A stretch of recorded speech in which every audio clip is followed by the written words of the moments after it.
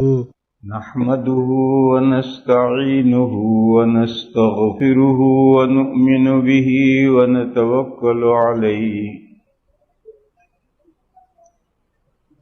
ونعوذ بالله من شرور أنفسنا ومن سيئات أعمالنا من يهده الله فلا مضل له ومن يضلله فلا هادي له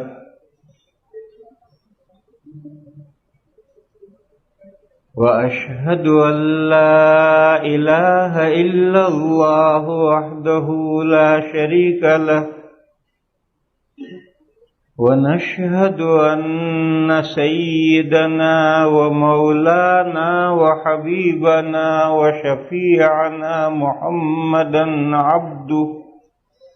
محمدا عبده ورسوله أرسله إلى الناس كافة بشيرا ونذيرا وداعيا إلى الله بإذنه وسراجا منيرا صلى الله تعالى عليه وعلى آله وصحبه وبارك وسلم تسليما كثيرا كثيرا وبعد فأعوذ بالله من الشيطان الرجيم بسم الله الرحمن الرحيم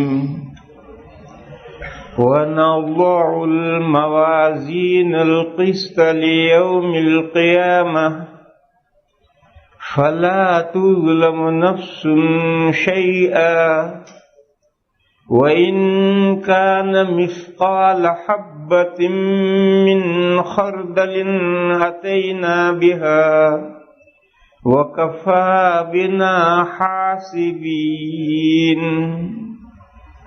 صدق الله مولانا العظيم.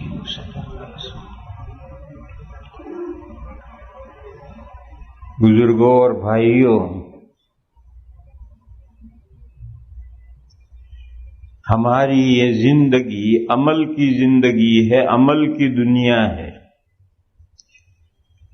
پھل پانے کی زندگی آگے آ رہی ہے.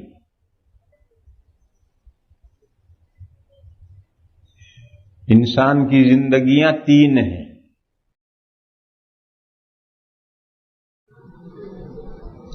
اس دنیا میں آنے سے پہلے ہماری ایک زندگی ہے، وہ پڑھنے کی زندگی ہے. پھر یہ دوسری زندگی ہے، پڑھے کے مطابق عمل کرنے کی زندگی ہے. پھر ایک زندگی آگے آ رہی ہے، عمل کے مطابق پھل پانے کی زندگی. انسان کی تین زندگیاں ہیں. اس دنیا میں آنے سے پہلے جو ہماری زندگی ہے، اس کو ہم میں سے ہر کوئی جانتا ہے. جب اللہ جل شانہ عم نوالہ نے حضرت آدم علیہ السلام کو پیدا کیا ہے، تو اس کے بعد ان کی پیٹھ سے ان کی اچھی بری قیامت تک کی ساری اولاد نکالی گئی ہے. تمام انسان وجود میں لائے گئے ہیں، اور یہ مضمون قرآن کریم میں ہے.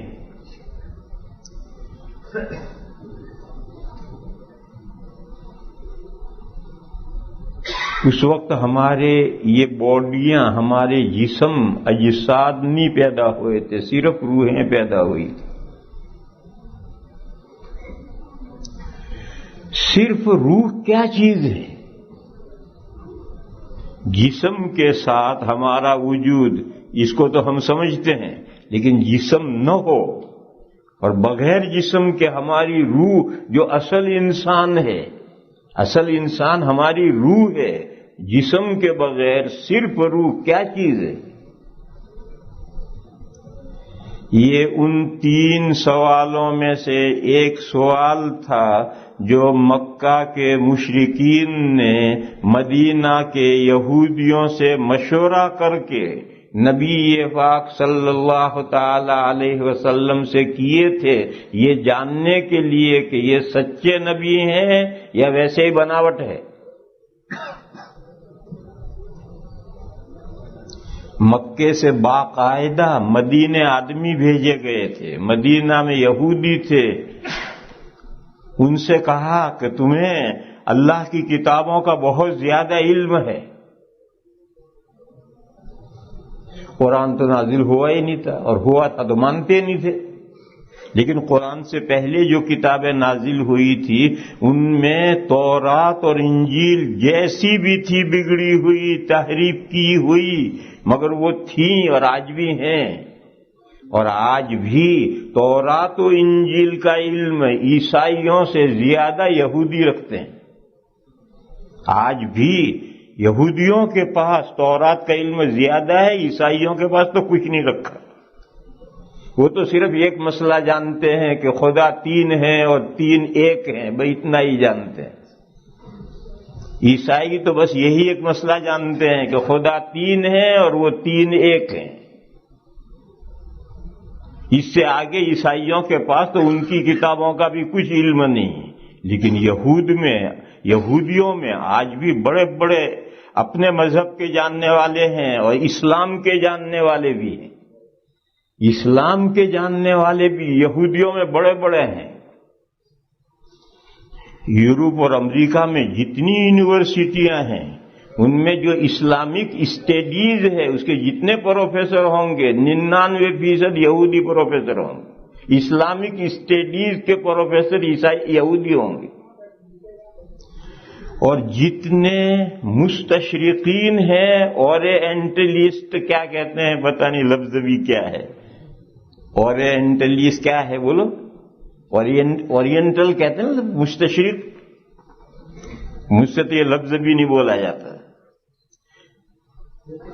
اور جن مستشرقین نے اسلام پر اعتراضات میں اتنی کتابیں لکھی ہیں کہ کتب خانہ بھر دیا ہے، وہ سب اسلام کے خلاف کتابیں جو لکھی گئی وہ سب ان یہودیوں کی لکھی ہوئی۔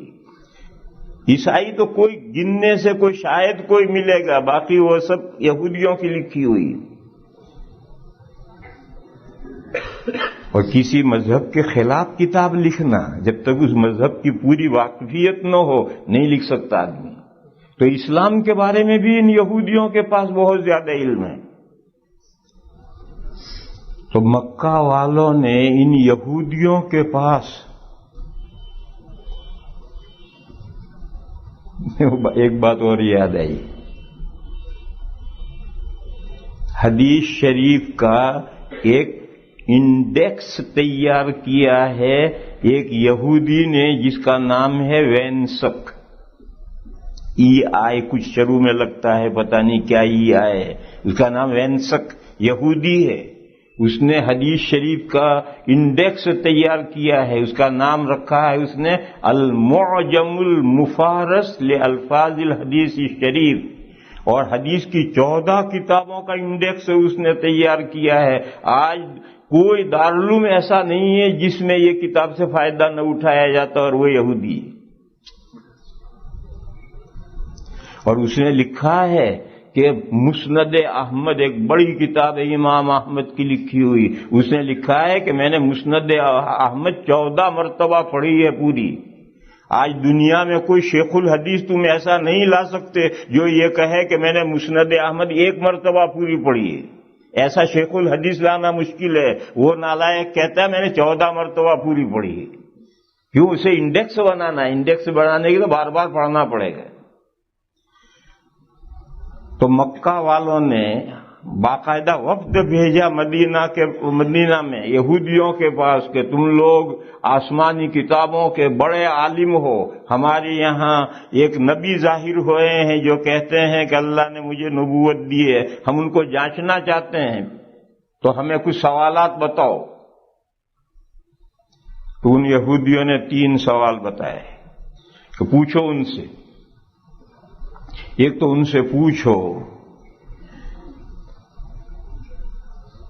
کہ وہ چند نوجوان جو بادشاہ سے ڈر کر جنگل میں پہاڑوں میں نکل گئے تھے اور ایک غار میں جا کر وہ سو گئے تھے اور کئی سال تک سوتے رہے تھے، پھر بیدار ہوئے تھے، اصحاب کہف غار والوں کا کیا واقعہ ہے؟ وہ کون نوجوان تھے؟ کیوں بھاگے تھے؟ کہاں چھپے تھے؟ کتنے دن سوئے تھے؟ ان کا واقعہ بتاؤ۔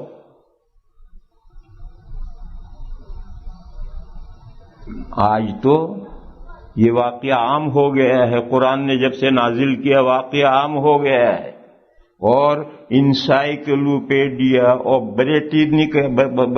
کیا ہے، لا حول ولا قوت، لفظ بھی نہیں بولا جاتا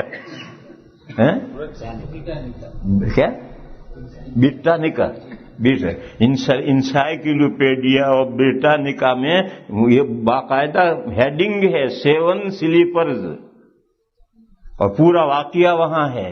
لیکن اس وقت جب انہوں نے سوال کیا تھا اس واقعے کو یہودیوں کے علاوہ کوئی نہیں جانتا۔ دوسرا سوال انہوں نے کیا کہ ایک بادشاہ گزرا ہے جو مشرق میں، ایسٹ میں جہاں تک آبادی تھی وہاں تک گیا ہے، اور ویسٹ میں جہاں تک آبادی تھی وہاں تک گیا تھا۔ اس وقت جہاں تک آبادی تھی ساری زمین تو بھری نہیں تھی، تو ایسٹ میں جہاں تک آبادی تھی وہاں تک گیا تھا، اور ویسٹ میں جہاں تک آبادی تھی وہاں گیا تھا۔ آج تو بہت آسان ہے، 24 گھنٹے میں پوری زمین کا راؤنڈ لے لیجیے، لیکن اس وقت اتنا آسان نہیں تھا اتنی دور تک سفر کر کے جانا۔ اس کا کیا واقعہ؟ وہ کون بادشاہ ہے؟ وہی ذوالقرنین۔ ذوالقرنین کا لفظی ترجمہ ہے 2 سینگ والا۔ 2 سینگ تو بیل اور بھینس کے ہوتے ہیں، پھر اس کو 2 سینگ والا کیوں کہتے ہیں؟ وہ 2 سینگ یہ تھا، ایسٹ میں جہاں تک آبادی تھے وہاں تک گیا تھا، ایک سینگ یہ ہے، اور ویسٹ میں جہاں تک آبادی تھی وہاں تک گیا تھا، دوسرا سینگ یہ ہے۔ یہ ذوالقرنین 2 سینگوں والا، یعنی 2 کناروں والا، یہاں تک بھی آخر تک گیا، یہاں بھی آخر تک گیا۔ اس کا کیا قصہ ہے؟ کوئی اس بادشاہ کے سینگ نہیں تھے، وہ کوئی بھینس اور بیل تھوڑا ہی تھا جو 2 سینگ ہوں گے اس کے، یا کوئی سنگھاڑا تھوڑا ہی تھا جو اس کے سینگ ہو۔ سنگھاڑا ایک پھل ہوتا ہے، اس کے بھی سینگ ہوتے ہیں، وہ کوئی سنگھاڑا تھوڑا ہی تھا، یا کوئی بیل اور بھینس تھوڑا ہی تھا۔ 2 سینگ سے مجاز مراد ہے، استعارہ مراد ہے کہ دنیا کے 2 کنارے، ایسٹ میں یہاں تک اور ویسٹ میں یہاں تک۔ اس کو کون بادشاہ گزرا ہے؟ اس کا کیا واقعہ ہے؟ اور تیسرا سوال یہ بتایا تھا کہ روح کیا چیز ہے؟ جسم نہیں، جسم کے بغیر روح بتاؤ کیا ہے؟ آج تو اگر کوئی روح کو پوچھے کہ بھئی روح کیا ہے تو کہیں گے جائے یہ سب بیٹھے ہوئے یہ سب زی روح ہے، روح والے ہیں، ان کے ناک کے پاس کان لے جا کر سن، آواز آ رہی ہوگی کر کر کر کر، یہ روح ہے۔ لیکن جسم نہیں، بغیر جسم کے اسپرٹ بتاؤ روح کیا چیز ہے؟ اور ان یہودیوں نے یہ بھی کہا تھا کہ دیکھو اگر وہ سچے نبی ہیں تو ان 3 سوالوں میں سے 2 کے جواب دیں گے، 1 کے نہیں دیں گے، یہ بھی کہہ دیا تھا انہوں نے۔ چنانچہ وہ وفد واپس آیا اور اس نے یہ 3 سوال کیے۔ نبی پاک صلی اللہ تعالی علیہ وسلم نے ان سے کہہ دیا کہ میں تمہیں اس کا جواب کل دوں گا۔ یہ خیال کر کے کہ وہی آ جائے گی، حضور سے سوال ہوا، سوال کے مطابق اللہ کی وحی آئے گی اور حضور جواب دیں گے۔ لیکن اللہ کا کرنا کہ 15 دن تک حضرت جبرائیل آئے نہیں۔ اب مکہ میں بڑا ہنگامہ کہ بڑے نبی بنتے تھے، اب جب سوال ہوئے تو بغلے جھانکتے ہیں، جواب نہیں بن رہا۔ حضور کو بڑا صدمہ ہوا۔ ایسے پروپیگنڈا جب ہو، کسی کے خلاف پروپیگنڈا اور جھوٹا پروپیگنڈا ہو تو آدمی کو صدمہ ہوتا ہی ہے۔ 15 دن کے بعد حضرت جبرائیل تشریف لائے اور 3 سوالوں کے جواب لائے اور یہ مسئلہ بھی لائے. وَلَا تَقُولَنَّ لِشَيْءٍ إِنِّي فَاعِلٌ ذَلِكَ غَدًا إِلَّا أَن يَشَاءَ اللَّهُ. حضور کو یہ مسئلہ بتایا کہ آپ آئندہ کبھی یہ نہ کہیں کہ یہ کام میں آئندہ کل ٹمورو میں کروں گا، یہ نہ کہیں آپ. وَلَا تَقُولَنَّ لِشَيْءٍ إِنِّي فَاعِلٌ ذَلِكَ غَدًا. ہاں انشاءاللہ بڑھا کر کہہ سکتے ہیں. الا ان یشاء اللہ، یعنی آپ یوں کہیں کہ انشاءاللہ میں کل آؤں گا، انشاءاللہ میں آپ کو کل دوں گا، انشاءاللہ میں کل فون کروں گا. اگر اللہ چاہیں یہ تو کہہ سکتے ہیں. اب اللہ کی مشیت پر معلق کر دیا اور اللہ کی مشیت کا کسی کو پتہ نہیں. اگر کوئی قسم کھائے اور قسم کے ساتھ انشاءاللہ لگا دے تو قسم نہیں ہوگی. اگر کوئی بیوی کو طلاق دے اور طلاق دینے کے ساتھ انشاءاللہ لگا دے طلاق نہیں ہوگی. کیوں؟ اللہ نے چاہا یا نہیں چاہا اس کو کیا پتا کسی کو؟ اللہ کی مشیت کا کسی کو کچھ پتا نہیں. فرمایا کہ وَلَا تَقُولَنَّ لِشَيْءٍ إِنِّي فَاعِلٌ ذَلِكَ غَدًا إِلَّا أَن يَشَاءَ اللَّهُ وَاذْكُرْ رَبَّكَ إِذَا نَسِيتَ. اور یاد کریں آپ اپنے پروردگار کو جب اس کو بھول جائیں. یعنی کبھی ایک بات کہی اور انشاءاللہ کہنا یاد نہیں رہا، بھول گئے، تو جب یاد آئے انشاءاللہ کہہ لو. وَاذْكُرْ رَبَّكَ إِذَا نَسِيتَ، اور یاد کریں آپ اپنے پروردگار کو جب اس کو بھول جائیں. وَقُلْ عَسَىٰ أَن يَهْدِيَنِ رَبِّي لِأَقْرَبَ مِنْ هَٰذَا رَشَدًا. اور ان کفار سے یہ کہیں کہ اللہ نے تمہارے سوال کے مجھے جواب بتلا دیے ہیں اور مجھے امید ہے کہ اللہ اس سے بھی زیادہ کام کی باتیں مجھے بتائے گا.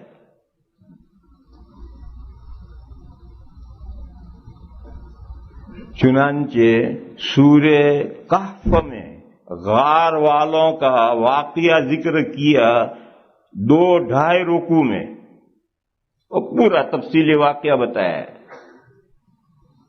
اور اسی سورت کے ختم پر ذوالقرنین کا واقعہ بھی بیان کیا جو آج قرآن کریم میں پڑھا گیا. اور روح کے بارے میں اس سے پہلے والی سورت بنی اسرائیل میں آیت نازل کی وَيَسْأَلُونَكَ عَنِ الرُّوحِ. لوگ آپ سے روح کے بارے میں پوچھتے ہیں. روح صرف انسان کی روح نہیں، بس روح، کوئی بھی روح، کسی بھی حیوان کی روح، جسم نہیں، جسم کے بغیر کسی بھی حیوان کی روح. دیکھو ہمارے جسم کے ساتھ تو ہماری روح موجود ہے، نہیں جسم کے بغیر بھی روح موجود ہے. اور ہر حیوان کی روح جب سے پیدا کی گئی ہے وہ بدن کے ساتھ جڑنے سے پہلے سے وہ روح موجود ہے. تو لوگ آپ سے روح کے بارے میں پوچھتے ہیں وَيَسْأَلُونَكَ عَنِ الرُّوحِ قُلْ الرُّوحُ مِنْ أَمْرِ رَبِّي. آپ جواب دیجئے روح میرے پروردگار کے حکم سے ایک چیز ہے.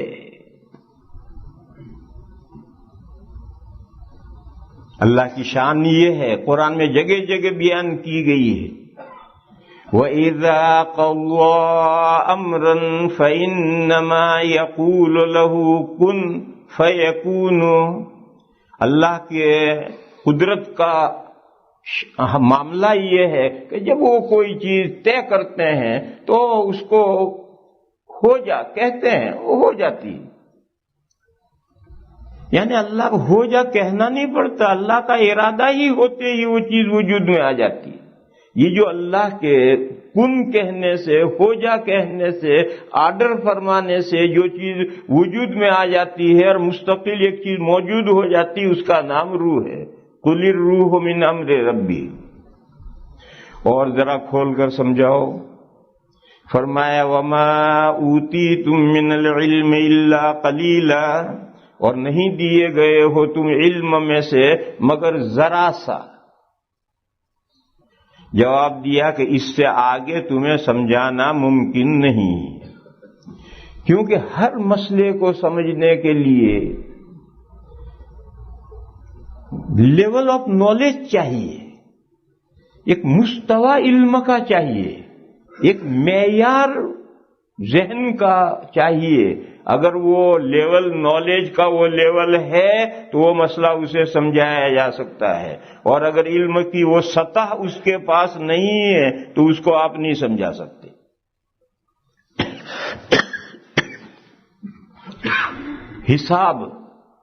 حساب کے بڑے باریک باریک گہرے مسئلے ہیں، اور یونیورسٹی میں جو پروفیسر طالب علموں کو حساب پڑھاتا ہے وہ سارے مسئلے سمجھاتا ہے، لیکن ایک کندے نا تراش کو وہ مسئلہ سمجھانا ہو تو بڑا مشکل ہے، نہیں سمجھایا جا سکتا۔ تو مسئلہ تو سمجھانے کے قابل ہے، یونیورسٹی میں کلاس میں پروفیسر سمجھاتا ہے مگر اس کو نہیں سمجھایا جا سکتا، اس کے دماغ میں وہ لیول نہیں ہے علم کا، نالج کا، کہ وہ مسئلے کو سمجھ سکے۔ سائنس کی بہت سی حقیقتیں ہیں، جو سائنس کی تعلیم جہاں دی جاتی ہے وہ ساری کھول کر سمجھائی جاتی ہیں طالب علموں کو، لیکن ایک ہل چلانے والے کو وہ حقیقت سمجھانا بیٹھے تو کیسے سمجھا دیں گے؟ تو کوئی بھی مسئلہ ہو اس کو سمجھنے کے لیے ایک سطح، علم کی ایک سطح چاہیے۔ اس سطح پر اگر ہے، اس کی مثال لو، کسی بھی چیز کو دیکھنے کے لیے آنکھ میں قدرت چاہیے۔ اگر آنکھ میں قدرت ہے آپ دیکھ سکیں گے، اور قدرت نہیں ہے تو نہیں دیکھ سکیں گے۔ وہ جو چیز ہے وہ مرئی ہے، دیکھنے کے قابل ہے، مگر میری آنکھ میں طاقت ہوگی جبھی تو میں دیکھوں گا۔ یہ پنکھے ہل چل رہے ہیں، میری آنکھ اسے دیکھ رہی ہے کیونکہ میری آنکھ میں اسے طاقت ہے، مگر اس پورے حال میں ہوا بھری ہوئی ہے، اور اس بھری ہوئی ہوا کو یہ پنکھڑیاں ہلاتی ہیں، وہ ہوا تو مجھے نظر نہیں آتی۔ تو کوئی ہوا تو مرئی ہے، وہ تو دکھنے والی چیز ہے، مگر مجھے اس لیے نہیں دکھتی کہ میرے آنکھ میں اس کو دیکھنے کی طاقت نہیں۔ دیکھو میرے بھائیو، اس مسئلے کو سمجھو۔ 3 مخلوقات اس زمین پر ایک ساتھ بسی ہوئی ہیں۔ ہماری اس زمین پر اس وقت 3 مخلوقات ایک ساتھ بسی ہوئی ہیں۔ ہم انسان، جنات اور فرشتے ملائکہ، ایک فرشتے آسمانوں کے ہیں، ایک فرشتے زمینوں کے ہیں۔ اور وہ مسئلہ میں نے بتلایا تھا کہ اللہ کا حکم آیا تھا آدم علیہ السلام کے پیدا ہونے کے بعد کہ ان کو سجدہ کرو، یعنی سرنڈر ہو۔ وہ زمینی مخلوقات کو حکم تھا، اور زمینی مخلوقات میں جو فرشتے تھے ان کو حکم تھا سرنڈر ہو۔ جنات کو بھی حکم تھا، انسان تو ہے ہی نہیں، اب پہلا انسان وجود میں آیا ہے۔ ان 3 مخلوقات میں سب سے زیادہ کثیف ہم ہیں۔ کثیف مانے تھک، THIK، تھک دباز، موٹاپا، تھک، کثیف ہم ہیں۔ ہم سے ہمارے بعد جنات ہیں، ہم سے لطیف ہیں، مگر وہ بھی کثیف ہیں، اور جنات سے زیادہ لطیف زمینی فرشتے ہیں۔ اور یہ چاروں مخلوقات، آگ، پانی، ہوا اور مٹی، یہ تینوں مخلوقات آگ، پانی، ہوا اور مٹی سے بنی۔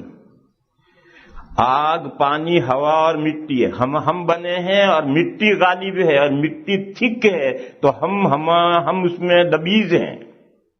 اور جنات جو ہیں یہ بھی آگ، پانی، ہوا، مٹی سے بنے ہیں، مگر آگ غالب ہے اور آگ مٹی سے لطیف ہے، لہذا جنات ہم سے لطیف ہیں۔ اور زمینی فرشتے جو ہیں، آگ، پانی، ہوا، مٹی، ان چاروں کے مل کر اس میں سے ایک اسٹیم پیدا ہوتی ہے، اس اسٹیم سے زمینی فرشتے بنائے گئے۔ تو جب چاروں الگ ہوئے اس میں سے اسٹیم تو وہ اور لطیف ہوئے۔ اصل جو مسئلہ سمجھانا وہ سمجھو، ہمیں نہ جنات نظر آتے ہیں نہ فرشتے نظر آتے ہیں۔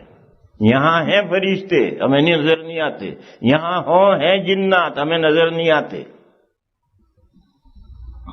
اور جنات کو ہم نظر آتے ہیں مگر ان کو فرشتے نظر نہیں آتے. زمینی فرشتے جو ہیں وہ جنات کو نظر نہیں آتے مگر ان کو انسان نظر آتے ہیں. اور زمینی فرشتوں کو دونوں نظر آتے ہیں، جنات بھی نظر آتے ہیں اور انسان بھی نظر آتے ہیں. اور نہ ہمیں فرشتے نظر آتے ہیں نہ جنات کو نظر آتے ہیں. جیسے آپ کی گاڑیوں پر کانچ ہوتا ہے، اس پر ایک کاغذ ہوتا ہے، ایک طرف سے نظر آتا ہے دوسری طرف سے نظر نہیں آتا. اندر بیٹھو باہر نظر آتا ہے، باہر سے اندر نظر نہیں آتا ہے. لیکن رات میں اندر آپ بتی جلا لیں تو باہر سے اندر نظر آتا ہے، اندر سے باہر نظر نہیں آتا ہے. اسی طریقے پر سمجھو کہ ہم ہی نظر آتے ہیں، یا ہمارے جیسی جو کثیف چیزیں وہ نظر آتی ہیں، پنکھا نظر آتا ہے، چھت نظر آتی ہے. لیکن جو ہم سے لطیف ہیں، اس پورے حال میں جو ہوا بھری ہوئی ہے وہ ہم سے لطیف ہے، وہ ہمیں نظر نہیں آتی. آگ ہمیں چولہے میں جلتی ہوئی آگ نظر آتی ہے، اور یہ بجلی کا تار جا رہا ہے، اس کے اندر آگ ہے، ہمیں نظر نہیں آتی. یہ بجلی کے جو تار جا رہے ہیں سڑک پر، ان پہ بھی تو آگ جا رہی ہے، اور وہی تو آگے جا کر بجلی بنتی ہے، وہ نظر ہمیں نہیں آتی. اور چولہے میں جلتی ہوئی آگ نظر آتی ہے، کیوں؟ چولہے کی آگ کثیف ہے اور اس تار میں جو آگ جا رہی ہے وہ لطیف ہے. یہ اتنی ساری مثالیں یہ سمجھنے کے لیے کافی ہیں کہ جو کثیف ہے اس کو لطیف نظر نہیں آئے گا، اور جو لطیف ہے اسے کثیف نظر آئے گا. تو فرشتوں کو جنات بھی نظر آتے ہیں، انسان بھی نظر آتے ہیں. جنات کو فرشتے نظر نہیں آتے، انسان نظر آتے ہیں، اور انسان کو انسانی نظر آتے ہیں، جنات اور فرشتے نظر نہیں آتے. یہ عام حالات میں کبھی کبھی جن بھی نظر آتا ہے، کبھی کبھی جن بھی نظر آتا ہے، اور کبھی کبھی فرشتے بھی نظر آتے ہیں.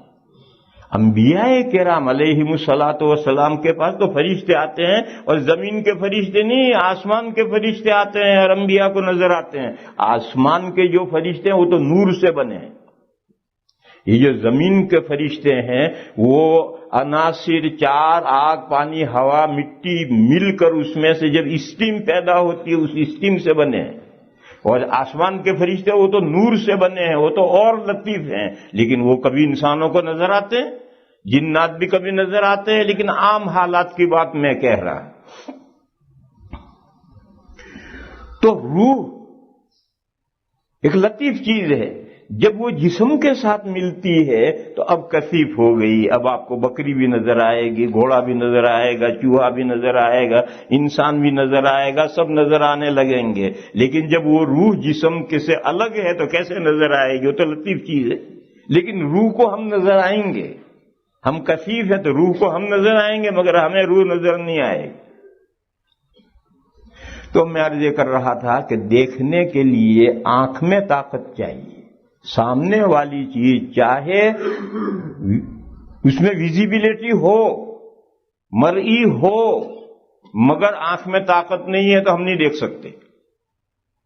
حضرت موسیٰ علیہ السلام نے طور پر اللہ تعالی سے جب ملاقات ہوئی، اللہ تعالیٰ کی بارگاہ میں حاضر ہوئے، اللہ تعالیٰ سے ہم کلامی ہوئی، اللہ کا کلام سنا تو اتنا اشتیاق بڑھا کہ وہ درخواست کر بیٹھے، رب ارنی انظر الیک، پروردگار ایک جلوہ دکھا دیجیے.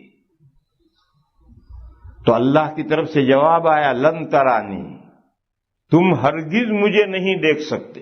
یہ نہیں کہا کہ میں نہیں دکھ سکتا ہوں، میں اللہ تو مرئی ہیں، اللہ دکھ سکتے ہیں. اور قیامت کے بعد جنت میں جنتیوں کو اللہ کا دیدار نصیب ہوگا، اور ہفتے میں 1 مرتبہ نصیب ہوگا. یہ ہفتہ دنیا کا ہے پر ویک. آخرت میں تو سورج رات دن ہے ہی نہیں، مگر دنیا میں 1 ہفتہ جتنی دیر میں گزرتا ہے اتنے وقفے کے ساتھ جنت میں جنتیوں کو اللہ کا دیدار نصیب ہوگا، زیارت ہوگی. معلوم اللہ تو دیکھ سکتے ہیں مگر اس دنیا میں ہماری آنکھوں میں اللہ کو دیکھنے کی طاقت نہیں ہے.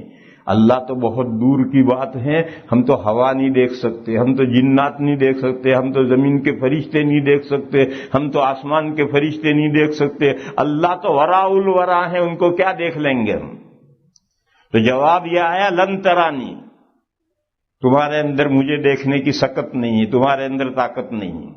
تو جیسے کسی بھی چیز کو دیکھنے کے لیے آنکھ میں طاقت چاہیے، میرے بھائیوں اسی طرح کسی بھی مسئلے کو سمجھنے کے لیے لیول آف نالج چاہیے۔ اگر وہ علم کی سطح حاصل ہے تو وہ مسئلہ سمجھ سکتے ورنہ نہیں سمجھ سکتے۔ تو قرآن نے بس اتنا مجمل جواب دیا، قل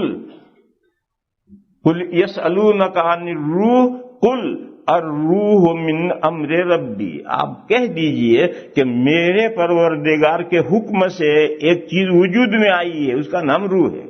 وما اوتیتم من العلم الا قلیلا، اور نہیں دیے گئے ہو تم علم سے مگر تھوڑا سا۔ تمہارے پاس کتنا علم ہے؟ ذرا سا تو علم ہے۔ تم کہو کہ ہمیں تفصیل سے سمجھاؤ، اس سے آگے تمہیں کیا تفصیل سے سمجھائیں؟ اس مسئلے کو سمجھنے کی تمہارے پاس میں علمی سطح ہی دماغ میں نہیں ہے جو تم سمجھ سکو۔ یہ وہ تین باتیں کہ دو کے جواب تفصیلی دیں گے، ایک کا جواب نہیں دیں گے، وہ یہ بات آئی کہ اس کا جواب نہیں دیا گیا۔ تو میرے بھائیوں میں اصل مضمون تو یہ سمجھا رہا تھا کہ ہمارے تین وجود ہیں، وجود تو ایک ہی ہے، ہم تین جہانوں میں ہیں، ہمارا وجود تین جہانوں میں سے ہے۔ ایک جب آدم علیہ السلام کو پیدا کرنے کے بعد میں تمام انسانوں کی روحیں پیدا کی گئی، ایک وہ ہمارا ہے اور اس کا نام ہے عہد الست۔ جب الست بربکم کا سوال کیا گیا تھا وہ ورلڈ، اور یہ دنیا جس میں ہم اس وقت ہیں، اور ایک دنیا آگے آ رہی ہے۔ پچھلی دنیا پڑھنے کے لیے تھی، پچھلی زندگی پڑھنے کے لیے تھی۔ اللہ نے تمام انسانوں کو پیدا کر کے ان کو اپنا دیدار کروایا تھا، تجلی فرمائی تھی، اور اپنے آپ کو دکھا کر اپنی پہچان کروائی تھی۔ اور کوئی چیز دکھا دی جائے تو یہ علم تو سب سے زیادہ قوی علم ہوتا ہے۔ چنانچہ جب سوال کیا گیا الست بربکم، کیا میں تمہارا پروردگار نہیں ہوں، تو سب نے بیک زبان کہا تھا بھلا کیوں نہیں۔ جو چیز آنکھوں سے دیکھ لی ہے اس کا کیسے انکار کرے گا؟ رب کو پہچان لیا سب نے۔ اس دنیا میں اللہ اپنی تجلی فرمائے اور تجلی فرما کر کے اپنی پہچان کرائے، یہاں ممکن نہیں۔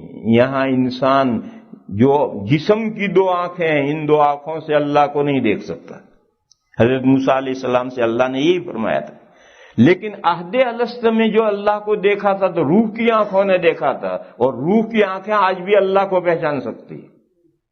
ہماری روح کی جو آنکھیں ہیں وہ آج بھی اللہ کی معرفت حاصل کر سکتے ہیں، اللہ کی پہچان سے کر سکتے ہیں۔ یہ سب بندے بیٹھے ہیں، یہ سب اللہ کو پہچانتے ہیں، اور سب ایسا پہچانتے ہیں جیسا جسم کی آنکھوں سے دیکھ کر ہم کوئی چیز پہچانتے ہیں اور اس کا یقین ہوتا ہے، اس سے زیادہ یقین ہمیں اللہ تعالیٰ کا ہے۔ کیوں؟ ہم اللہ تعالیٰ کو اپنی روح کی آنکھوں سے دیکھتے ہیں اور پہچانتے ہیں۔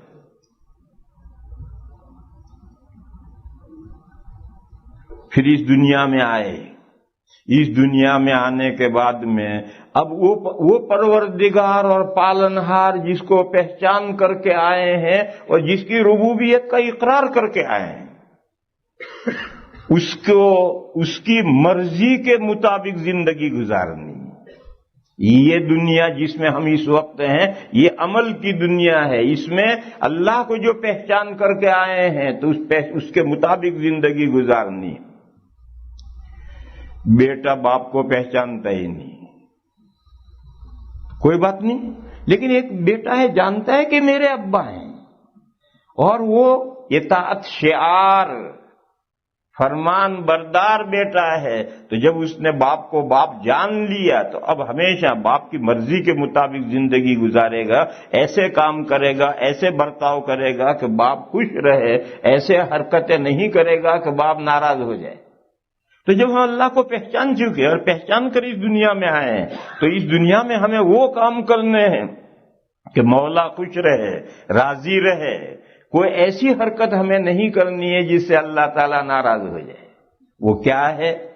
کن کاموں سے اللہ راضی ہوتے ہیں، کن کاموں سے اللہ ناراض ہوتے ہیں، یہ سب باتیں اللہ نے اپنے نبیوں کے ذریعے، وحی کے ذریعے، کتابوں کے ذریعے انسانوں کو بتا دی ہیں. کوئی چیز چھپا کے نہیں رکھی. پھر ایک وقت آئے گا کہ اس دنیا کی ہماری زندگی ختم، پھر اگلی زندگی آ رہی ہے. وہ زندگی بہت لمبی ہے اور بہت طاقتور زندگی ہے. اس وقت ہماری جو باڈی ہے وہ باڈی اگلی زندگی میں کام نہیں آ سکتی، تو اس باڈی کو ختم کر دیا جائے گا، تحلیل کر دیا جائے گا، زمین میں دے دیا. آج ہی آیت پڑھی ہے، اللہ کا ارشاد ہے منہا خلقناکم، زمین سے ہم نے تمہیں پیدا کیا ہے، وفیہا نعیدکم، اور اسی زمین میں ہم تمہیں واپس کر رہے ہیں، ومنہا نخرجکم تارۃ اخری، اور پھر ایک مرتبہ اور تمہیں مٹی میں سے ہم نکالیں گے. جیسا پہلی مرتبہ تمہیں مٹی سے پیدا کیا ہے، دوسری مرتبہ اسی مٹی سے نکالیں گے. لیکن پہلی مرتبہ مٹی سے پیدا کرنے کی شکلیں اور ہیں، دوسری مرتبہ کی شکلیں اور ہیں.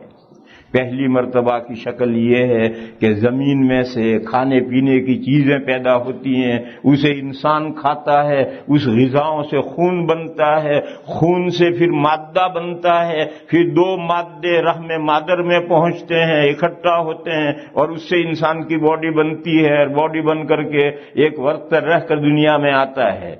قیامت کے دن جب دوبارہ جسم بنے گا تو اس طرح نہیں بنے گا. قرآن کریم نے جگہ جگہ بتایا ہے کہ دوبارہ جسم بنے گا تو ایسے بنے گا جیسے اجڑی زمین ہوتی ہے، اللہ بارش برساتے ہیں اور آنن فانن گھاس اگاتی ہے اور سارا جنگل بھر جاتا ہے گھاس سے اور درختوں سے. اس طریقے سے باڈیاں بنیں گی. بھئی اتنا ہی ہم سمجھ سکتے ہیں، اس سے زیادہ تفصیل جب ہم پیدا ہوں گے تب سمجھ میں آئے گا، اس سے زیادہ تفصیل ابھی نہیں سمجھ سکتے. یہ جسم حدیث شریف میں ہے کہ ہر جسم 33 ہاتھ ہوگا، 33، اور جب اتنا لمبا ہوگا تو موٹا بھی اتنا ہوگا. یہ تھوڑا ہی ہے کہ جیسے اس وقت جتنے ہم موٹے ہوں ایسے ہوں گے تو دھاگا بن جائیں گے ہم. تو اس 33 ہاتھ کے اعتبار سے موٹے بھی ہوں گے. پھر اس کے بعد میں تیسری زندگی شروع ہوگی. یہ ریزلٹ کی زندگی ہے. پڑھ کر فیلڈ میں آئے، عمل کیا، عمل کرنے کے بعد اب جزا و سزا. اگر کام کیا ہے تو تنخواہ لو، اور اگر بیٹھے بیٹھے سگریٹ پیتے رہے ہو، حقہ پیتے رہے ہو تو اب مرغا بنو. یہ آیت پاک جو ابھی ہمارے حافظ صاحبان نے پڑھی ہے، اس آیت میں یہ ہے وَنَضَعُ الْمَوَازِينَ الْقِسْطَ لِيَوْمِ الْقِيَامَةِ، قیامت کے دن ہم انصاف کی ترازویں کھڑی کریں گے. یہ انصاف کی ترازو ہے، یہ دھرم کانٹا نہیں ہے. دھرم کانٹا جانتے ہو؟ آپ کے یہاں تو پتہ نہیں کیا کہتے ہوں گے، ہمارے یہاں روڈ پر ٹرک وغیرہ تولنے کے لیے کانٹا لگا ہوا ہوتا ہے، اس کو دھرم کانٹا کہتے ہیں. ساری بدماشیاں وہاں ہوتی، اس دھرم کانٹے میں ساری بدماشیاں ہوتی. آپ کے یہاں بھی سڑکوں پر ہوگا، کچھ کیا کہتے ہوں گے مجھے نہیں معلوم، اور گڑبڑ بدماشیاں ہوتی یا نہیں ہوتی ہیں یہاں یہ مجھے نہیں معلوم. میں اپنے یہاں کی دھرم کانٹوں کی بات کہہ رہا ہوں. تو وہ اللہ کا دھرم کانٹا ہے، اس میں کوئی گڑبڑ کا کوئی سوال ہی نہیں، اور انصاف کی ترازویں ہوں گی، اور انسان کا ہر عمل، اچھا عمل بھی اور برا عمل بھی وہاں تولا جائے گا. فرمایا وَنَضَعُ الْمَوَازِينَ الْقِسْطَ لِيَوْمِ الْقِيَامَةِ، اور قیامت کے دن ہم انصاف کی ترازویں رکھیں گے، فَلَا تُظْلَمُ نَفْسٌ شَيْئًا، پس کسی شخص پر ذرا بھی ظلم نہیں ہوگا۔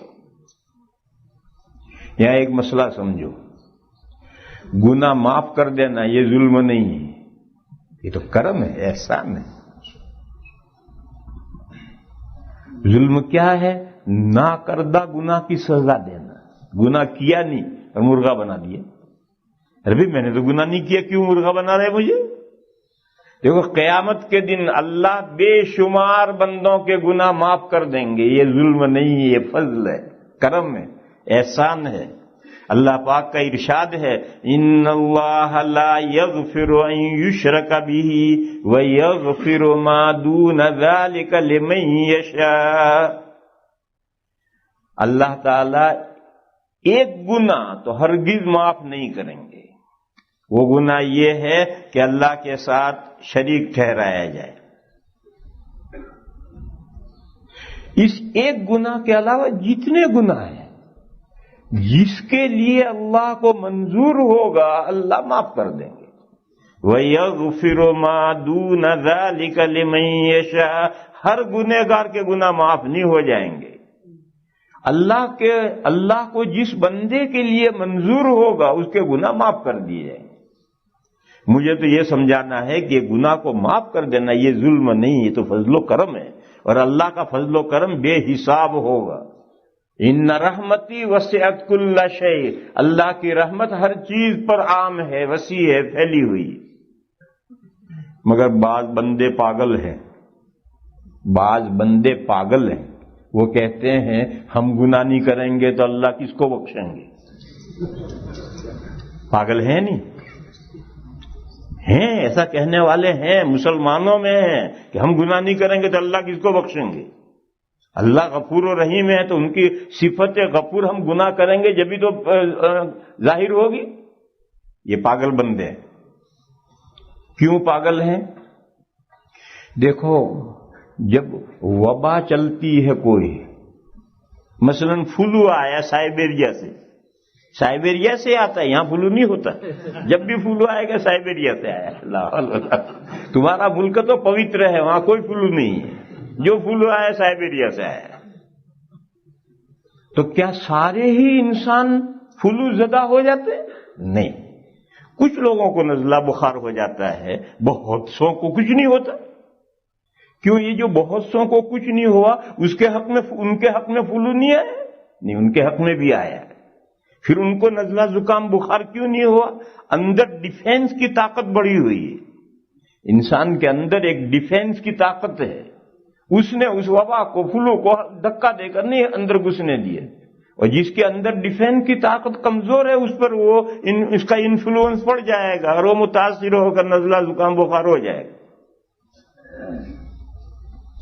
یہ قدرت کا نظام ہے کہ باہر سے چیزیں اثر انداز ہوتی ہیں تو اندر سے دفع کرنے والی قوت بھی اللہ نے اندر رکھی ہے۔ یہ کیسی، اس کی مثال دے کے سمجھاؤ۔ دیکھو مثال دو، ایک بوری گیہوں سے بھرو بالکل ٹائٹ، ذرا بھی جگہ نہ رہے، ایسی 10 بوریاں بھرو، اور ایک بوری رکھو، دوسری رکھو، تیسری رکھو، 10 بوریاں رکھو، کوئی بوری پچکے گی نہیں۔ جو سب سے نیچے بوری ہے اس کے اوپر 9 کوئنٹل آ گئے پھر بھی پچکتی کیوں نہیں ہے؟ اندر بھری ہوئی ہے، اندر مدافعت کی طاقت ہے۔ اور ایک بوری آدھی بھرو اور اس سے ان 10 بوریوں کے بیچ میں رکھو، پچک کر یوں ہو جائے گی۔ کیوں؟ اوپر کا ویٹ اس کے اوپر آیا تو وہ پچک گئی، اندر مدافعت کی طاقت نہیں۔ یہ مثال ہے سمجھنے کے لیے۔ تو ہمارے اندر اگر مدافعت کی ڈیفینس کی پاور بھرا ہوا ہے تو باہر کا فلو جو ہے وہ ہمیں اثر انداز نہیں ہوگا، اور اگر اندر ڈیفینس کی طاقت کمزور ہے تو وہ اثر انداز ہو جائے گا، بخار نزلہ زکام ہو جائے گا۔ تو کیا اس اعتماد پر کوئی زہر کھاتا ہے کہ میری ڈیفینس کی قوت پاور جو ہے وہ زہر کو دور کر دے گا؟ لاؤ زہر میں کھاتا ہوں، کوئی پاگل نہیں کھاتا۔ ہر آدمی یہ سوچتا ہے اللہ جانے میری ڈیفینس کی طاقت کام کرے یا نہ کرے، میں مر جاؤں۔ تو جب تم ڈیفینس کی پاور پر بھروسہ کر کے زہر پوائزن نہیں کھاتے ہو تو اس اللہ کی رحمت پر بھروسہ کر کے تم کیوں گناہ کرتے ہو کہ اللہ معاف کر دیں گے؟ تمہیں معلوم ہے معافی تمہارے حصے میں آئے گی؟ تمہارے پاس کوئی گارنٹی پتر لکھا ہوا ہے تمہارے پاس؟ کسی بندے کے پاس نہیں۔ اللہ جس کے لیے چاہیں گے معاف کریں گے، وہ جس کے لیے چاہیں گے اس میں تمہارا نمبر آئے گا، اس کا کوئی گارنٹی پتر ہے تمہارے پاس؟ نہیں ہے کسی کے پاس۔ پھر کس برتے پر برتا طاقت کس برتے پر گناہ کر رہا ہے کہ ہم گناہ نہیں کریں گے، اللہ کس کو بخشیں گے؟ اللہ کے بے شمار بندے ہیں، جس کو بخشنا ہے بخش دیں گے، تیرا نمبر ان میں آئے گا یا نہیں آئے گا تجھے کیا پتا ہے؟ تو ایک گناہ تو اللہ معاف نہیں کریں گے، باقی جو گناہ جس بندے کے لیے چاہیں گے وہ معاف کر دیں گے۔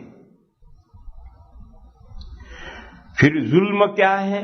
ظلم دو چیزوں کا نام ہے، ایک نیکی کی اس کا اجر نہیں دیا، یہ ظلم ہے۔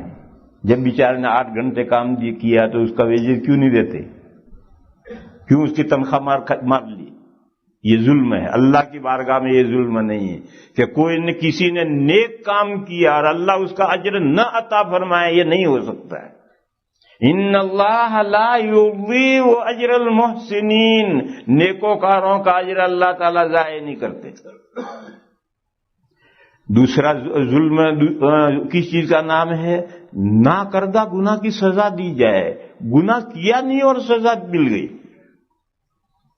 یہ دو ظلم ہیں، یہ اللہ کی بارگاہ میں نہیں ہے۔ تو انصاف کی ترازویں رکھی جائیں گی، پورے انصاف کے ساتھ اعمال تلیں گے، جس نے جو اجر کیا ہے اس کا پورا ثواب ملے گا۔ اور سنو میرے بھائیو، اجر کیا تھا، نیک کام کیا تھا، دگنا تگنا 10 گنا بدلہ دے دیا، یہ بھی ظلم نہیں، یہ بھی کرم ہے اور احسان ہے۔ یہ کرم اور احسان اللہ کے بے حساب آخرت میں ہوں گے۔ عمل سے زیادہ ثواب دینا یا گناہ کو معاف کرنا، یہ دو باتیں ظلم میں نہیں ہیں۔ گناہ معاف کر دینا یہ ظلم نہیں ہے، اور نیک عمل کا ثواب عمل سے زیادہ دینا یہ بھی ظلم نہیں ہے۔ ظلم دو باتوں کا نام ہے، کیے ہوئے نیک عمل کا ثواب نہ دیا جائے یا نہ کیے ہوئے گناہ کی سزا دے دی جائے، یہ دو ظلم ہیں۔ یہ دو ظلم اللہ کی بارگاہ میں نہیں ہوں گے، اور فضل و انعام اور کرم اللہ کا بے حساب دریا بہیں گے۔ تو فرمایا کہ وَنَضَعُ الْمَوَازِينَ الْقِسْطَ لِيَوْمِ الْقِيَامَةِ فَلَا تُظْلَمُ نَفْسٌ شَيْئًا وَإِنْ كَانَ مِثْقَالَ حَبَّةٍ مِّنْ خَرْدَلٍ أَتَيْنَا بِهَا، اگر کسی کا اچھا عمل یا برا عمل رائے کے دانے کے برابر، رائے جو اچار میں ڈالتے ہیں، رائے کے دانے کے برابر اگر اچھا عمل یا برا عمل ہے، اللہ تعالیٰ فرماتے ہیں اس عمل کو ہم لا کر حاضر کریں گے ترازو میں۔ وَإِنْ كَانَ مِثْقَالَ حَبَّةٍ مِّنْ خَرْدَلٍ أَتَيْنَا بِهَا۔ قرآن پاک میں دوسری جگہ پر ہے فَمَن يَعْمَلْ مِثْقَالَ ذَرَّةٍ خَيْرًا يَرَهُ، جس نے بھی ذرہ بھر، ذرہ کیا چیز ہے؟ ذرہ روشن دان سے دھوپ آ رہی ہو یہاں، اور آپ قالین کے اوپر ہاتھ ماریں تو تھوڑی دیر کے بعد دھوپ کے اندر سے چھوٹے چھوٹے ذرے گزرتے ہوئے نظر آئیں گے، آنکھ سے نظر نہیں آ رہے، وہ دھوپ میں سے پاس ہوتے ہیں تب نظر آتے ہیں، یہ ذرے ہیں۔ اتنے غیر مرئی، عام طور پر وہ اس کا وجود نظر بھی نہ آئے، خوردبین سے نظر آئے یا دھوپ میں سے پاس ہو تب نظر آئے، اتنا ذرا سا بھی عمل کسی نے اچھا یا اچھا عمل کیا ہے تو وہ اس کو دیکھ لے گا۔ وَمَن يَعْمَلْ مِثْقَالَ ذَرَّةٍ خَيْرًا يَرَهُ وَمَن يَعْمَلْ مِثْقَالَ ذَرَّةٍ شَرًّا يَرَهُ، اگر ذرے کے برابر برا عمل کیا ہے تو وہ بھی قیامت کے دن سامنے آنے والا ہے۔ ان آیتوں کا سبق کیا ہے؟ ان آیتوں کا سبق یہ ہے کہ ہر نیکی کا کام کرو، چھوٹے سے چھوٹا نیکی کا کام ہے کرو۔ راستے میں چل رہے ہو، کوئی چیز ایسی پڑی ہوئی ہے جو کسی گزرنے والے کو تکلیف پہنچائے گی، بلڈ پڑا ہے، کانچ پڑا ہے، کیلے کا چھلکا پڑا ہے، کانٹا پڑا ہے، اسے ہٹا کر دور کرو۔ حدیث شریف میں ہے کہ ایک راستے میں کانٹے دار ٹہنی تھی، کسی نے کاٹ کے ڈالی ہوگی یا کاٹ کر ڈالی نہیں ہوگی، وہ درخت ہی ایسا ہوگا کہ وہ کانٹے دار ٹہنی درخت راستے میں آ گئی، تو ایک بندے نے وہ کانٹے دار ٹہنی وہاں سے دور کر دی۔ کاٹ کے ڈالی تھی تو اٹھا کر کے ایک طرف ڈالی، یا درخت کا شاخ ہی ادھر آئی ہے تو اس نے وہ شاخ کاٹ کر کے وہ کانٹے دار ٹہنی دور کر دی۔ تو حدیث شریف میں ہے اللہ تعالی نے اس کو جزائے خیر دی اور اتنے عمل پر اس کی بخشش کر دی۔ لہذا میرے بھائیوں، کسی چھوٹے سے چھوٹے نیک کام کو ایسا مت سمجھو کہ یہ چھوٹا کام ہے، پتہ نہیں کل آڑے وقت میں کون سا کام آ جائے اور اس سے بخشش ہو جائے۔ اور میرے بھائیوں، برائی، ہر برائی سے بچو، چاہے وہ چھوٹی سے چھوٹی ہو۔ دیکھو، کسی گھاس کے ڈھیر کو پھونکنے کے لیے ایک چنگاری کافی ہے۔ ایک چنگاری گھاس کے ڈھیر میں ڈال دو، سارے گھاس کو پھونک دے گی۔ تو چنگاری کو ہمیشہ چنگاری سمجھو، ارے چھوٹی سی ہے، چھوڑو، پڑے رہنے دو، نہیں وہ تو پورے گھر کو جلا دے گی۔ تو برائی کو برائی سمجھو، چھوٹی سے چھوٹی برائی کو برائی سمجھو، ہر برائی سے بچو، معلوم نہیں کل کون سی برائی ان سے ناس پیٹ جائے۔ حدیث شریف میں ہے کہ ایک عورت نے ایک بلی کو پریشان کرتی ہوگی، روز آ کر دودھ پی جاتی ہوگی، تو اس نے اس بلی کو باندھ دیا۔ وہ بلی بیچاری بھوکی پیاسی بندھی ہوئی مر گئی۔ اللہ نے صرف اس گناہ کی وجہ سے اس عورت کو جہنم میں ڈال دیا۔ حضور نے فرمایا کہ نہ تو اس نے بلی کو چھوڑا کہ وہ زمین کے کیڑے مکوڑے کھاتی، اور نہ اس نے کھلایا، وہ بیچاری بندھی بندھی بھوکی مر گئی، تو اللہ تعالیٰ نے اس کی سزا میں اس عورت کو جہنم میں بھیج دیا۔ تو چھوٹے سے چھوٹا گناہ جہنم میں لے جا سکتا ہے، اور چھوٹی سے چھوٹی نیکی اللہ کے یہاں لے جا سکتی ہے۔ تو فرمایا وَإِن كَانَ مِثْقَالَ حَبَّةٍ مِّنْ خَرْدَلٍ أَتَيْنَا بِهَا، اگر رائے کے دانے برابر بھی عمل ہوگا، اچھا یا برا، ہم لائیں گے۔ اتنا باریک عمل کون لا سکے گا؟ وَكَفَىٰ بِنَا حَاسِبِينَ، اللہ فرماتے ہیں جانتے ہو کون حساب آڈٹ کر رہا ہے؟ ہم کر رہے ہیں۔ یہ ذرے تو اللہ کے پیدا کیے ہوئے ہیں، ہر ذرہ اللہ کا پیدا کیا ہوا ہے، پھر اس ذرے کو میزان عمل میں ترازو میں لے آنا اللہ کے لیے کیا مشکل ہے؟ ماء و شما کے لیے تو مشکل ہے۔ اس ذرے پر ہم اس کو کیپچر نہیں کر سکتے ہیں، پکڑ نہیں سکتے ہیں، لیکن جس نے اس ذرے کو پیدا کیا ہے اس کے لیے اس کو پکڑ کر کے میزان عمل میں لانا کیا مشکل ہے؟ یہ آیت کریمہ آج پڑھی گئی ہے کیا اگلی جو زندگی ہے تو عمل کی زندگی ہے۔ یہاں اگر کسی گناہ کی تھوڑی بہت سزا ملتی ہے تو وہ پوری سزا نہیں، اور اگر مومن کو کافر کو اگر کسی گناہ کی تھوڑی بہت سزا ملتی ہے وہ پوری سزا نہیں ہے، لیکن مومن کو بعض گناہوں کی سزائیں اسی دنیا میں سزائیں دے کر قصہ نمٹا دیا جاتا ہے، لیکن کافر کا قصہ نہیں نمٹتا۔ اور نیکی کا اگر کسی نیکی کی تھوڑی بہت ثواب دے دیا جائے تو وہ دیکھ کے چند چاول چکھا دیے جاتے ہیں، نیکی کا اجر اگلی زندگی میں ہے، جب یہ زندگی آف ہو کر دوسری زندگی شروع ہوگی اور ترازو انصاف کی ترازو کھڑی کی جائے گی، اور اس کے بعد جو فیصلے ہوں گے، دو ہی گھر ہیں، جنت اور جہنم۔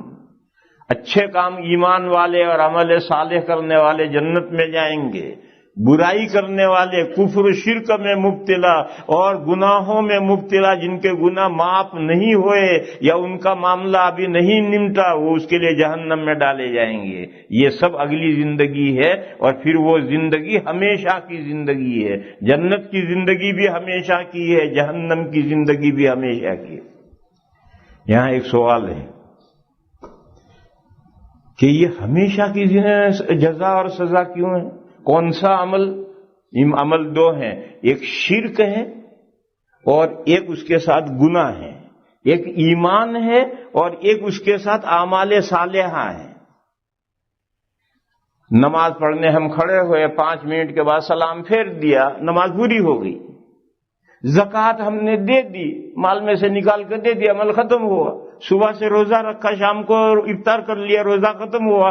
عمل کنٹینیوس کوئی نہیں چلتا، لیکن ایمان کنٹینیوس رہتا ہے۔ ایک لمحے بھی ایمان ہمارے اندر سے ختم ہوا، بیڑا غرق۔ میرے بھائیو، اسی طرح گناہ کنٹینیوس نہیں ہے، لیکن کفر و شرک کنٹینیوس ہے۔ جنت در حقیقت ایمان کا صلہ ہے، اور جہنم در حقیقت کفر و شرک کا صلہ ہے۔ اور ایمان کنٹینیوس ہے تو جنت بھی صلہ کنٹینیوس ہے، اور کفر و شرک کنٹینیوس ہے تو جہنم بھی کنٹینیوس ہے۔ اصل یہ صلہ جو جنت ہے وہ ایمان کا ہے۔ چنانچہ وہ مومنین جو گناہوں کی وجہ سے جہنم میں ڈالے جائیں گے، وہ ہمیشہ جہنم میں نہیں رہیں گے، کیونکہ نیک عمل بھی کنٹینیوس نہیں ہے اور گناہ بھی کنٹینیوس نہیں ہے۔ جتنا گناہ اتنی سزا پانے کے بعد پھر وہ جنت میں آئیں گے، کیونکہ ان میں ایمان ہے اور ایمان کنٹینیوس ہے۔ لہذا اس بات کو ذہن میں صاف کرو۔ اس ملک میں بہت سے لوگوں کے ذہنوں میں خلجان رہتا ہے، تو اس مسئلے کو صاف رہو کہ ایمان در حقیقت صلہ، استغفر اللہ، جنت در حقیقت صلہ ایمان کا ہے، عمل کا نہیں۔ دیکھو، ایک آدمی نے ایمان قبول کیا، سچا پکا ایمان، ایک نماز نہیں پڑھی، ایک روزہ نہیں رکھا، اور فوراً موت آ گئی اور مر گیا، ہمیشہ کے لیے جنت میں، کوئی عمل نہیں کیا۔ حدیث شریف میں ہے کہ اللہ تعالیٰ اس بندے کو بڑا ہی پسند کرتے ہیں کہ جو بیڑیوں میں جکڑا ہوا جنت میں چلا جاتا ہے۔ بیڑیوں میں جکڑا ہوا کیسے جنت میں گیا؟